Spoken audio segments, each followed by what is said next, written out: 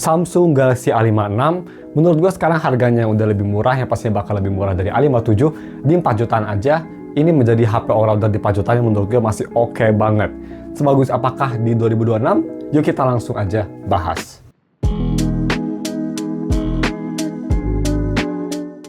Halo guys, nama gue Stefan dari StefTech dan mari kita langsung aja review Samsung Galaxy A56 di tahun 2026. Masuk aja ke videonya. Yang pertama untuk harga dan speknya. Ini kondisinya full set, garansinya masih sampai Oktober 2026 dan gue belinya tuh di harga segini. 4,5 jutaan aja, jadi udah bisa dibilang harganya turun hampir 2 juta ya. Lumayan besar dan seperti biasa kalau misalnya kalian mau beli HP ini atau ingin wallpaper si Leviathan, gue udah taruh semua linknya ada di deskripsi seperti biasa. Dan untuk speknya sendiri kalian bisa lihat di B-roll, dia pakai Exynos 1580 yang nggak beda jauh sama Gen 1 katanya performanya, dan masih bagus juga di tahun ini. Layar AMOLED 120Hz, baterai digoceng, dan ini bisa fast charging sampai 45 watt, sama aja sama kayak S-series. Dan untuk si UFS dia di UFS 3.1. Seperti itu spek singkatnya. Kita langsung aja moving on ke desain dan displaynya. Desain belakang jujur ini gue masih suka desain kayak gini. Sedikit berbeda dari Samsung biasanya sebelum A56 ya.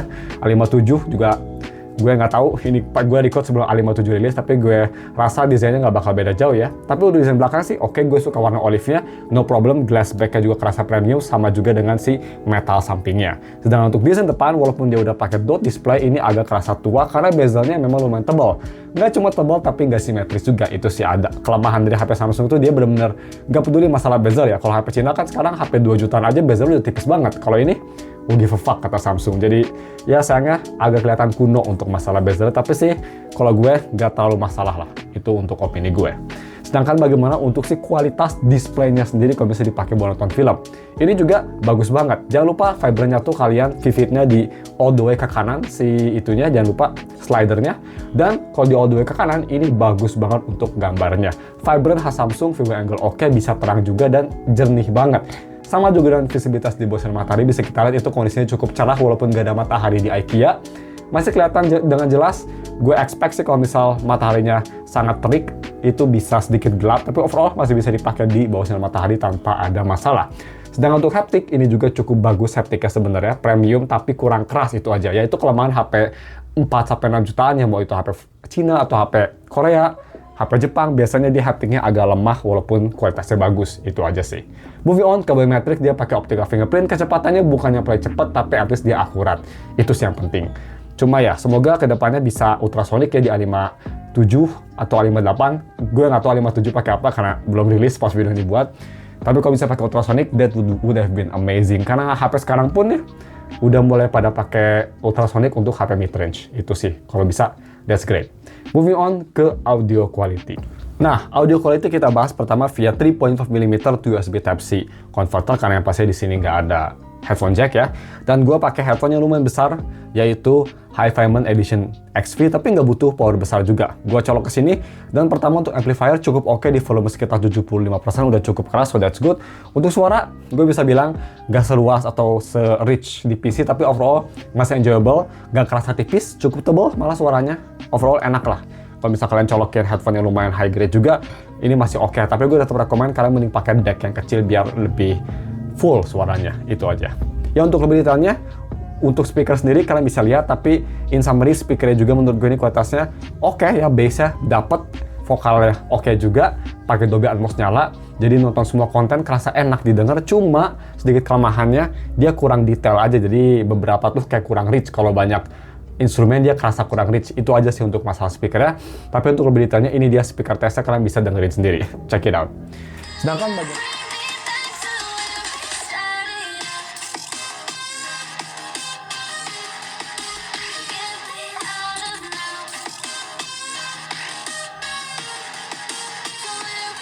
check it out. Sedangkan bagaimana untuk si kamera quality? Dia pakai setup kamera yang menurut gue masih solid banget di tahun 2026 ini. Kamera belakang dia triple kamera, main kamera 50 megapiksel, 12 megapiksel ultrawide, dan 5 megapiksel makro. Bisa nge-record 4K 30, sama juga dengan kamera depan di 12 megapiksel, bisa nge-record di 4K 30 juga. Bagaimana kualitas fotonya? Gue bisa bilang cukup konsisten ya. Walaupun aperturnya ultrawide agak gelap, jadi kadang kalau misal foto yang butuh cahaya banyak, dia night mode-nya nyala, tapi overall gambar kelihatan bagus. Khas Samsung, mainnya aman, lebih natural, dan yang gue suka dari Samsung itu dia nggak terlalu over sharpen gambar, jadi kelihatan enak dilihat aja gitu. Masih bagus, capture time juga oke. Overall, untuk kamera di harga 4 jutaan menurut gue masih sangat baik banget. Sama juga dengan selfie-nya, capture time cepet, muka gue juga kerasa oke, nggak ada smoothing yang bermasalah, exposure juga bagus ya, belakangnya bagus, cuma memang masih ada sedikit bluish issue, tapi overall udah lebih better daripada pas pertama rilis. Itu aja sih. Oke, kita langsung moving on ke bagaimana untuk videonya. Ini menurut gue salah satu selling point terbesar juga. Yes, dia hanya 4K 30 ya, nggak bisa 4K 60, misalnya kayak di GT30 Pro. Tapi dari pure quality, 4K 30 di Samsung A5 menurut gue way better. Hampir flagship level malah. Bagus banget, gue suka. Jitternya minim, smooth, dan enak. Cuma sayangnya, kalian hanya bisa pakai ultrawide di 4K 30 dan 1080p 30. Kalau mau pakai ultrawide di 1080 60, itu nggak bisa. Hanya bisa main kamera doang. Tapi ya, ini dia sampel videonya pakai resolusi 4K 30 dan 1080p 60 fps. Check it out guys. Oke guys, ini dia video recording pakai resolusi 4K 30 fps. Ini gue di mobil karena kelihatannya oke ya. Kalau kayak gini nih, apalagi bagus pemandangannya sih, dan sepi banget juga KBP, dan ultrawide seperti ini. Bagus banget juga ultrawide ya. Kalau pencahayaannya cukup karena 12 megapixel, actually pretty good. Dan ya, kalau misal kita mau coba ganti ke 1080p 60, misal kalian lebih ingin smooth, kita coba lihat gimana kualitasnya.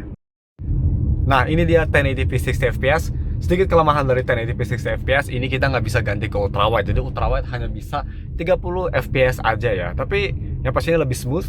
Detailnya nggak sebagus itu, tapi yang gue suka sama Samsung tuh viewfindernya kerasa smooth dan overall videonya kerasa paling less jitter ya. Kalau bisa kita mau zoom segini, ini bisa zoom 4 kali ya. Yang kualitasnya sih jadi burik, maksimal mungkin 2 kali aja kalau ingin untuk 1080p.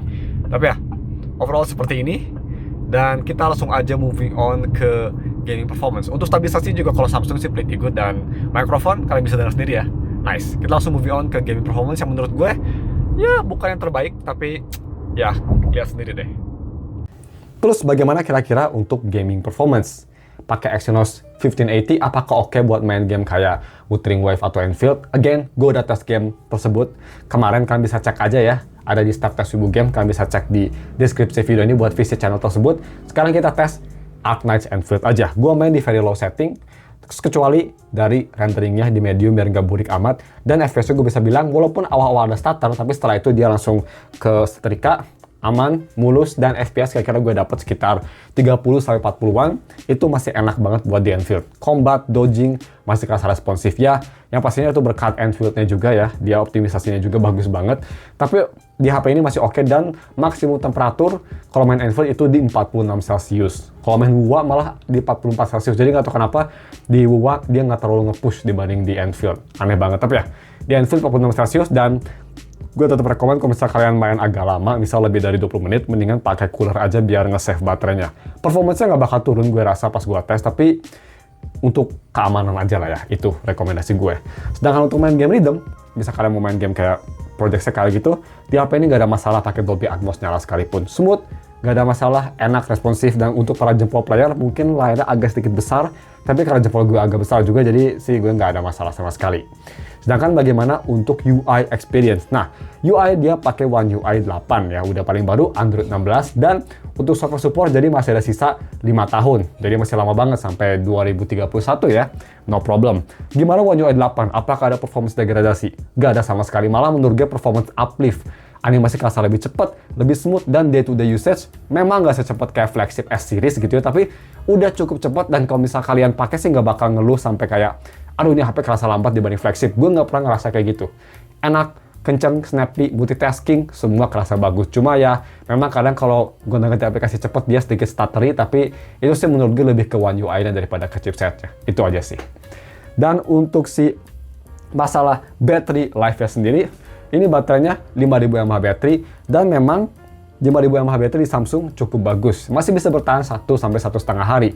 Tapi kalau misalnya mau dipakai buat main game, dia agak boros. Bisa turun sekitar 15-20% dengan jangka waktu main 15 menitan. Itu lumayan banyak turunnya. Jadi buat main game khas Exynos masih agak sedikit boros. Tapi overall sih, kalau misalkan hanya pakai untuk kayak sosial media gitu ya, sedikit split apps mungkin, video recording sedikit-sedikit 15 menitan lah, itu bisa lah bertahan sehari tanpa ada masalah, atau 1,5 hari kalau misal even lighter usage. Itu menurut gue. So, sebelum tutup videonya, kita bahas dulu kelemahan yang gue rasa di HP ini. Kelemahan sih sebenarnya yang sedikit udah mulai kerasa it's not really that premium. Dari build-nya memang dia terbuat dari metal sama kaca, tapi nggak tahu kenapa sambungannya tuh nggak kerasa rapih, kerasa kasar. Jadi kerasa kayak kurang proper. Dan yang kedua dari si bezel yang kelihatan tebal. Dan yang ketiga dari si Exynos-nya memang untuk main game udah mulai kerasa lemah. Jadi untuk konklusinya sendiri, menurut gue kalau misalnya kalian memang lagi nyari HP all-rounder, di harga 4 jutaan ini masih menjadi pilihan yang bagus banget. Tapi kalau misalnya kalian nyari yang spesifik ya, kalian ingin fokus ke kamera, mungkin bisa lihat Xiaomi 14T. Ingin fokus ke gaming, mungkin bisa lihat Infinix GT30 Pro yang lebih murah, atau X7 Pro, atau even kayak sedikit lebih mahal, Poco F7 itu bakal menjadi jauh lebih baik, jauh lebih enak untuk gaming experience-nya. Tapi overall, dari kamera, UI, gambar, display, even gaming performance, ini all-rounder yang menurut gue masih oke banget. Performance-nya juga gak kerasa kayak HP nge-lag, masih smooth banget juga. So, ada orang di luar.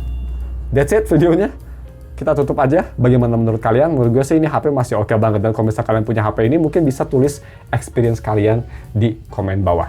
Thank you for watching dan ketemu lagi minggu depan untuk video review lainnya. Goodbye.